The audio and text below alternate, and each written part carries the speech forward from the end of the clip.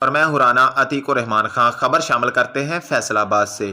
فیصل آباد press club میں ادبی، علمی، ثقافتی و فلاحی تنظیم عالمی سخنور فاؤنڈیشن کے زیر اہتمام تنقیدی اجلاس اور مشاعرے کا انعقاد کیا گیا۔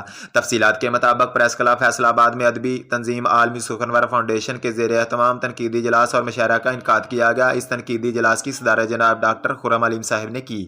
اجلاس میں احمد تنویر عالم کے افسانہ پر تنقید کی گئی۔ افسانہ نگار صاحبان نے اپنا اظہار خیال پیش کیا اور یہ اجلاس نہایت ہی خوبصورت انداز میں اختتام کو پہنچا اور تمام صاحبان نے افسانہ نگار جناب احمد تنویر عالم کو مبارکباد دی۔ محفل مشاعرہ کی صدارت جناب کوثر علی صاحب نے فرمائی۔ صاحب شام جناب فخر گوجرا ثاقب رضا ثاقب تھے۔ نقابت کے فرائض نہایت ہی خوبصورت میٹھے لب و لہجے کی ملکہ میڈم منیبہ فاطمہ صاحبہ نے انجام دیے۔ بانی محفل چیئرمین عالمی سخنور فاؤنڈیشن کے جناب محمد آصف سردار ارائیں صاحب تھے، جنہوں نے محبت کے ساتھ اس پروگرام کا اہتمام کیا۔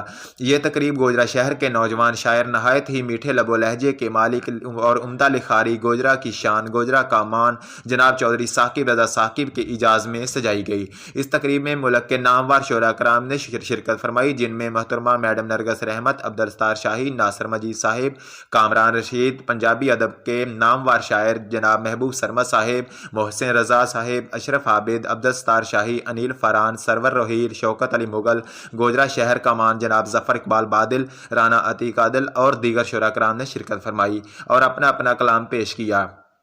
سننے والوں کی بڑی تعداد موجود تھی جو داد سے نوازتے رہے اور لطف اندوز ہوتے رہے۔